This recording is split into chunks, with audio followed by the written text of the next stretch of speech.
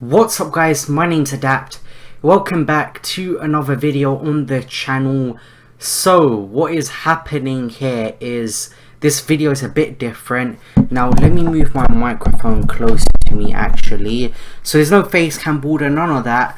What I'm doing today is a quick video. So I want to do this really quickly. I want to get to sleep. So it's quite late at night right now. It's pretty much the next day in the morning. So it's Friday morning today. So I am going to get this video out quick to you guys. I'm not going to talk too much. We're going to go from the top to the bottom because I just find it's easier to do it this way. I won't have to deal with putting teams in the wrong position. I might even do, that's why I've got a Word document open as well, because I remember in what order I put the team. So 10 minutes before this video I kind of had a look and saw what I thought my predictions are, so I don't mess anything up. So we've got all the teams here. We're on the tier maker. I got this idea from Spencer FC and I'm using tier maker because didn't know how to really set it up myself, so I looked around. I came across Viz's video and he actually did it in tier maker, so I'm gonna follow that and I am going to do mine in tier maker this year. Now I actually did Premier League predictions last year. If you guys didn't know, not a lot of people watched that video, but just to let you guys know anyway, I did. So it's something I am probably going to be doing on my channel. I'm not going to say I'll do it every season, but we did it last season and we're doing it this season as well. So 2019 to 20 season. So first up, I'm starting with the league champions, and for me it has to be City. Now City are so ahead of the other clubs when it comes to depth.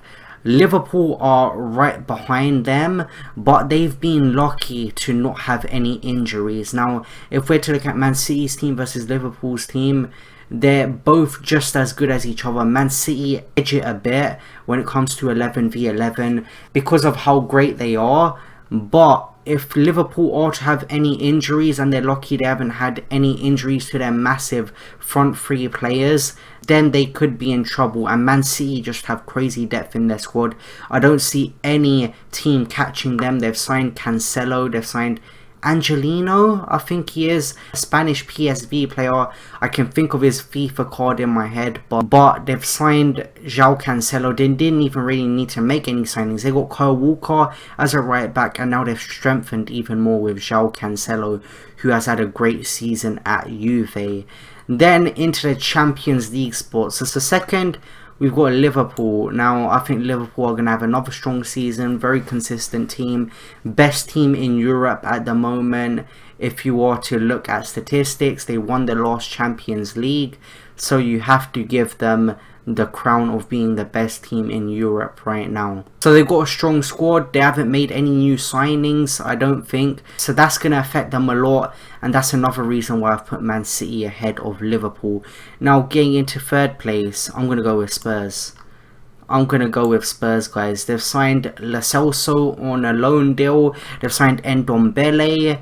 They've signed Ryan Sessegnon as well. There's quite a few players they have signed. I'm thinking off of the top of my head. So I'm not going to mention every single player every club signed because I just don't know that information off the top of my head. And unfortunately for them, the Dybala move couldn't go through. But I think Spurs have a great squad going into next season. They're very strong defensively and they've made some signings in Lo Celso, Sessegnon, Ndombele. And I think they've signed another good player as well. I can't quite remember. But those are my first three teams. So we got Man City in first, Liverpool in second, Spurs in third. And for fourth place, I'm giving it to United, guys. Fortunately for me, Arsenal just aren't ready for Champions League yet. They've signed Tierney, they've signed David Luiz. Now, I waited this long because I wanted to see if them deals were going to go through. Now, it was very likely they were going to go through, but I needed to know 100%, and it's good to make it at this time because all the deals that were going to be made have gone through now. Now, United, they've signed Wan-Bissaka, and they've also signed Harry Maguire, so they've strengthened in the defence. Have they signed any midfielders or attackers? I don't think so. They've done good business with Romelu Lukaku going to Inter for 70 something mil. So they've done a good job there. So you've got the top 4 right there. Now getting into 5th, I've got Arsenal to miss out on Champions League football. Now if I'm going with my heart, I want Arsenal to sneak in 4th. But I'm going to go with my head this time. I went with my heart last year. And Arsenal could have got 3rd place. But all of the teams going for 3rd and 4th were just as bad as each other. And Arsenal slipped up on so many occasions. Top 3 was in our hands. But the player slipped up. And they ended up finishing 5th. So I'm not getting carried away this season. I think we're a Europa League team right now, unfortunately. So we've got Arsenal in 5th place, just missing out. I'd like to see them do even better, but for me, it just has to be Europa League. I can say that safely, and I do believe we're a Europa League side right now. We're a DM away, centre-back away. We need a leader like Vieira in our squad. We need a solid centre-back. We needed Upamecano. I don't know if I pronounced that correctly. He had a Future Stars card in FIFA as well, so that's pretty much all I know about Upamecano. And Arsenal need to spend a lot of money. We need to get someone big in. I don't want to throw any names out there, but if we can pull off a miracle and get Champions League football, that would be an attraction for players getting into the 2020 to 21 season. But I don't think we're going to be able to sign many players in January, but we need a good centre-back. We need a good defensive midfielder. You can't be getting Champions League football and having Mustafi in the defence. I'm sorry, Mustafi, but he is an absolute donkey. He just doesn't know what he's doing. He's not reliable in the defence, and he just makes way too many mistakes. Sometimes I don't know what goes through his head, but he is not good enough to play for Arsenal, and Arsenal desperately need to get rid of him. Socrates, I don't think he's that good, but we've got a okay centre-back in David Luiz. I'm happy with that. He's a proven centre-back in the Premier League, played for Chelsea, was in the squad for the team which won the Europa League this season, so he could be a good signing. He has made a few mistakes himself, but if he clutches up, then he can fit very well into that Arsenal team and be a great defender this upcoming season. Now, tomorrow's the first game, and it's Liverpool versus Norwich. I think that's an 8 o'clock kickoff. That's a good game to start off the season. So, we are on to our top 5. Now in 6th, we've got Chelsea. Now, the reason I've done this is because Frank Lampard's come in as a new manager now. Now, he isn't that experienced. He did well at Derby, but in the Premier League, it's a completely different ball game. Now, Chelsea have been transfer banned as well, so they haven't been able to sign any players. Hazard's gone. David Luiz is gone now, and Hazard is going to be a massive hit to them. They've got Tammy Abraham coming back from Aston Villa, who can play in the striker role, but other than that, have they got any other attacking threat? Morata, he hasn't lived up to the hype. And because of the transfer ban and Chelsea losing Hazard, which was a very key player for them, and losing Luiz, they'll say it's their 4th choice centre-back, but he's still a significant player. So I've got Chelsea in 6th place. Now in 7th, to get the Europa League spot, I think Wolves are going to get Europa League football next season, like they qualified for last season, and Wolves have been doing very well under their manager, and I expect them to do just as well this season. I'm not sure about signings they made, but they still got a very solid squad. I think they made quite a few signings, I just can't quite remember off the top of my head. Now we are getting into 7th place, and for 7th place I've given it to Everton.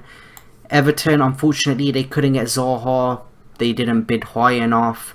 Palace have managed to keep him, which is good for them, but Zaha did want to leave, so is that going to affect the way he plays on the pitch?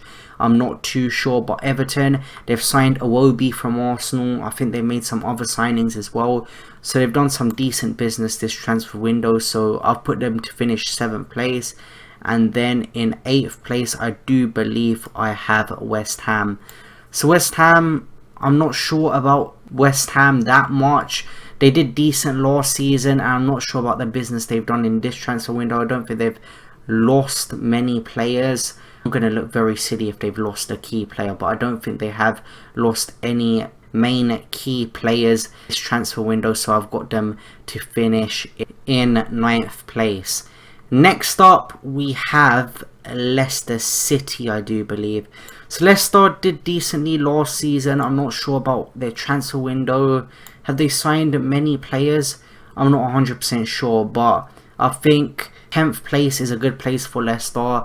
They did decently last season as well, and I think they're going to sit around mid-table and finish 10th. And then in 11th, I've got Burnley here. Now Burnley, I don't think they made many signings, but they're a decent team, to be fair to them. They did decently last season under Sean Dyche, and I think they're going to have another decent season this season. Now we have Aston Villa. Now Aston Villa have done a lot of business. I'm very impressed with the business they've done. Now Tammy Abraham's going back to Chelsea, but I believe they've signed quite a lot of players, guys, and they've done some very good business. They've spent a lot of money, over 100 mil, but I can't take that too much for granted because everybody knows about how much Fulham spent last season, and now they've gone back down. So that didn't work out for them, so it could also happen for Aston Villa as well.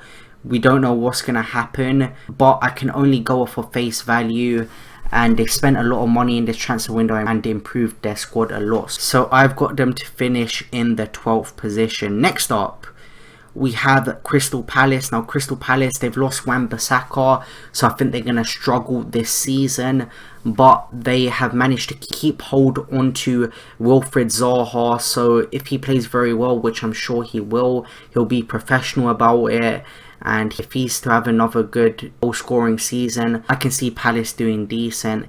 Next up we have Watford. Now Watford, they tried to sign Danny Rose, were unsuccessful with that, but I think they finished around this place last season, so I can't see them improving much. So I've got them to finish in the 14th position.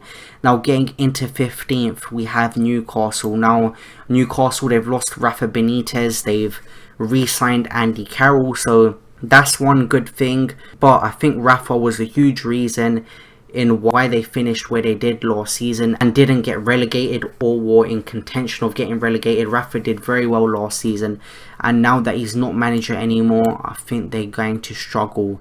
Now we're getting into the teams escaping relegation. So first up, we've got Bournemouth. So Bournemouth, I'm not too sure about Bournemouth. They didn't do great last season, and I predict that they're not going to do too great this season as well. I don't think they've made many signings, so we've put them in that position. Then we have Norwich.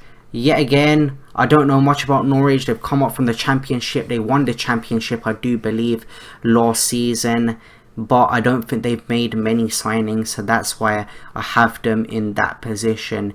Now getting into the bottom three, the teams I believe are going to go down next season. So first up we got Southampton. Don't think they made any signings, just haven't improved at all. They struggled last season as well, so I think they'll struggle this season as they haven't improved their squad much.